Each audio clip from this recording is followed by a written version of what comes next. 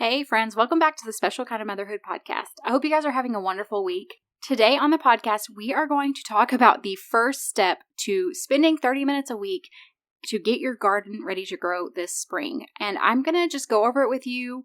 It'll be kind of a short, simple episode, but really the point of this is to give you kind of the tacticals, and then you take this information and you go and you actually do the thing, and it's just getting you one step closer to growing your garden without stress, without overwhelm, just making it very simple and streamlined for you. So let's get started.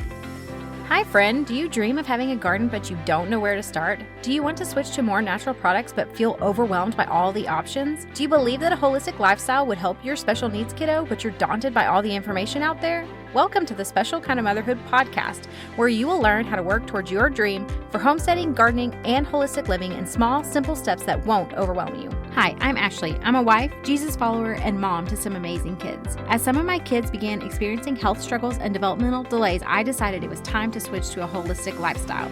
I quickly became stressed out and burnt out, feeling like I needed to change everything at once. I finally realized that I had to start making one small change at a time, then build from there. I learned to walk this holistic journey in a way that works for me and my family, without stress or overwhelm or constantly feeling like I wasn't doing enough. If you're ready to hear from another mama who understands what it's like to have no time and who can help you make changes towards better health for your family in a way that works for your specific life, then this is the podcast for you. Pop in your earbuds, reheat your coffee for the third time, and let's do this.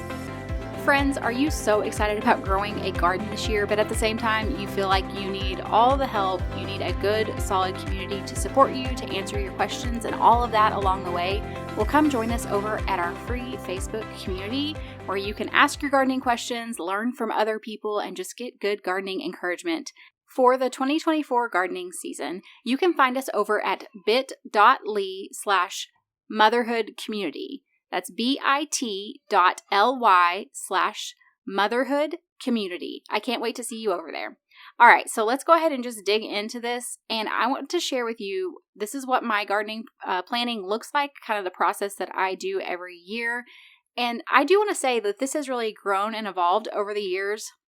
And I have honestly been at the point where I waited until March, April, sometimes May, and then decided I wanted to throw together a garden, and I did, and I was able to grow things, but it did feel a lot more stressful. I obviously shortened my opportunity, my growing window by doing that, and so what I have found is that it's just better for me to start early and to plan, because I'm more likely to have better success, and also just to make it actually happen. Because I've also had times where I put off planning, put off really making sure I had everything I needed and sitting down to figure out when do I need to do these things. And then I felt like too much time had passed and it was too late.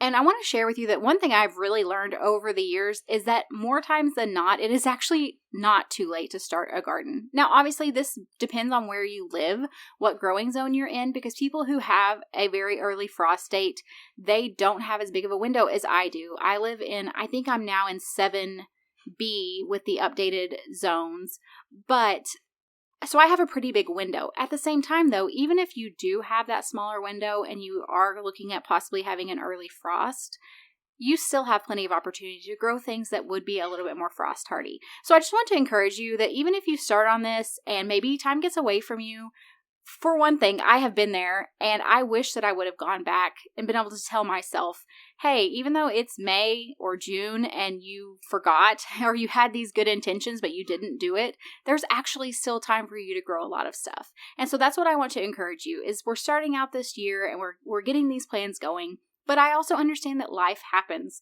Maybe your child has a flare-up with a health condition, you have a flare-up with your health condition, and things just get away from you. I just want to encourage you now to kind of put that thought in your mind that even if that happens, it is most likely not too late for you to grow something, and growing something is better than growing nothing at all. So even if you can only do a little bit this year, that's okay, because you're going to learn and you're going to get more experience in that. And I just want to encourage you just to go with where you're at. It doesn't matter if it feels like it's not working exactly as you planned. Life rarely works exactly as we planned. And really for me, it's just been about finding peace in that and just going along for the ride and making the most of what I can with where I'm at. So I just want to encourage you in that before we get started. Okay, so the first thing that I do whenever I am getting ready to plan out for the garden is I actually go ahead and sit down, and sometimes this involves talking with my husband. Usually I kind of start making a plan roughly myself first and then kind of talk it through with my husband to get his ideas, because a lot of times he has a different perspective than me. He might think of a configuration or a way to create more space that I haven't thought of before. So I highly encourage you, if you have a spouse who is interested in this, for one thing, it can actually be an amazing hobby and an interest that you can share together. And it really gives you something to work on together that makes you feel like you're also benefiting your family and your health. And I have just found that to be really beneficial for mine and my husband's relationship. I know he and I both enjoy doing garden work together, and he appreciates whenever I sit down with him and say, hey, this is what I'm thinking for this year. Do you have any thoughts? And a lot of times he has really good ideas that I haven't thought of before. So the first thing that you want to do is sit down. I encourage you, go ahead and just get a notebook and just kind of mark that notebook as your gardening, your 2024 garden notebook, where you can keep any kind of plans you have, anything you need to buy, all of that stuff. Just keep it all in one place so you're not losing it, because if you're like me, I'll write it on a random piece of paper and then I lose that paper, or I'll write it in one notebook and then my kids do craft time and coloring time on the notebook. And anyways, I just encourage you, stick with one notebook, keep it organized, keep it simple. But what I will usually do is I will sit down and decide, okay, what space am I using in my yard? Because we don't have a ton of land. I do have to be very creative with my garden space, and I have to be very specific in getting what is most important to me to grow this year. I do love growing flowers as well and trying fun new varieties. So that is always part of the mix, but at the same time, I have to be intentional with what I'm going to grow, because I don't have just a large, abundant amount of space. And then also for me, that has looked like growing things vertically, growing things in like a stackable planter, like a green stalk or something like that. So decide, how much garden space do you actually have? And are there ways that you can get creative? Like I said, with vertical planting, can you get cattle panels and trellis things up? I have grown a lot of stuff up cattle panels and been able to maximize our space by doing that. It's been very, very beneficial for us and made it where things that take up a lot of space, it would be impossible for me to grow on the ground because we don't have that quantity of space, but I have been able to grow them up trellises. And so I would encourage you to just sit down, get creative with that, decide, what space do I have? Of the space I have, how can I best maximize this space? So like I said, this can be vertical planting. It could also be very specific with how close you plant things together. I've actually been encouraged and seen more people who, I've always been like, I'm a very organized, meticulous person. And so in my mind, everything had to be planted in rows. And what I've discovered is that it actually ends up wasting a lot of space for me. And again, because space is so precious, I really am going to look at planting things a little closer together and just maybe not necessarily stressing as much about having those perfect rows. I do love a very aesthetically pleasing garden, but at the same time, I get that in other ways, like with the arched trellises and things like that. So really have that plan in your mind before you get started. This is the space I have. This is how I'm going to maximize that space.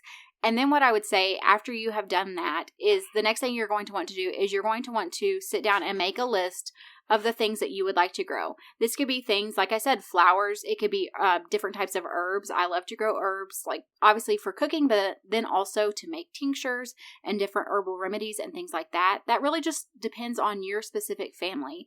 Are there fruits that you really want to try? Are there different vegetables that you know your family loves or that you're looking at preserving? Or are there some kind of vegetables that you've had failures in the past with your kids trying them, and you really want to see if they will be more open to them if you're planting them in your garden, in your backyard, which has been my experience with my kids. And so just sit down and make a list. This does not have to be like, this is the end, like this is the list I'm going to go with and it's not going to change. But make a list of the things that you would like to grow. And then go ahead and look at how much space, go through each one of the things and do some research and decide, okay, how much space does this need to grow? So beans, especially if you are like a bush bean, it doesn't require a lot of space. Again, even pole beans, I like to trellis them up a cattle panel as well, so that really doesn't require a lot of space. I can usually plant them along a trellis and then plant stuff on the back of that in my raised beds. But then something like squash often requires several feet of spacing in between it. I have also had some success with growing squash up trellises. Now, I don't necessarily do the arched trellises for those. I did with some of the smaller squash I had, like honey nut squash and things like that. But if you're not going to try to trellis those up something, then it is going to require a decent amount of garden space in order for you to plant that. So for me, I have to look at, okay, these are the things I would like to grow. This is how much space they require. And then what I also look at is how much enjoyment would I get out of growing that thing? I'm going to really look at this list and prioritize it. Like, why is this a top priority? How much enjoyment would I get out of growing it? Is it something I'm really wanting my kids to try? Is it a fun variety that I'm very curious about? Is it a really good producer that I know I want to can? I look at all of those different things. And then I also look at, okay, so for me, I'll take squash as an example. I absolutely have tried to grow squash several times, and it just gets mutilated by squash bugs. And on top of that, I can go to the farmer's market and support another farmer and just get it from them. So what I told my husband actually just last week is I'm not probably going to grow squash this year. I might try the honey nut squash later in the season whenever the pest pressure has gone down a little bit, because I really want to grow it up the trellis. But for the most part, I won't be doing any kind of squash. It requires a decent amount of space. And on top of that, I end up losing most of the harvest to squash bugs. And I just don't really, it's not worth it whenever I can go to the farmer's market and get it. So that's just giving you kind of some ideas and really looking at that thought process to decide what's going to work best for your garden. And then, like I said, you really do need to have that plan of, if I have so many feet of planting space, but then I've planned these different fruits and vegetables that require double that space, then when it comes time to plant, you're going to be very stressed out and feel like you've wasted time. So just taking the time to make the list, prioritize, look at the spacing first, and then say, okay, well, this is how much spacing I have. And from that list, prioritize what it is that you can actually plant. I love to even draw a picture and actually I'm not an artist by any means. It's a very rough drawing, but I just like to draw it out so I can visually see it and decide, well, this is going to go here, this is going to go there. And that's what I want to encourage you to do first and foremost. And then we will actually take off next week. Once you've decided that, then we'll go ahead and go into next week. What is the next step to getting your garden planned out and ready to go for 2024? I hope you guys have enjoyed this. I would love to see you over in our free Facebook community. Just come head over there, hang out with us, get to ask your gardening questions, and just have fun with us. I hope you guys have a wonderful week, and I will see you back next time. Hey Mama, I hope you enjoyed today's episode. If so, would you take 30 seconds to share this with a friend who is wanting to live more holistically without the overwhelm? Also, don't forget to head over to Apple Podcasts to leave me a review. It blesses and encourages me to know that this show is helping you. All right, friends, it's time for me to go work in the garden and make some homemade bone broth. I will see you back next week.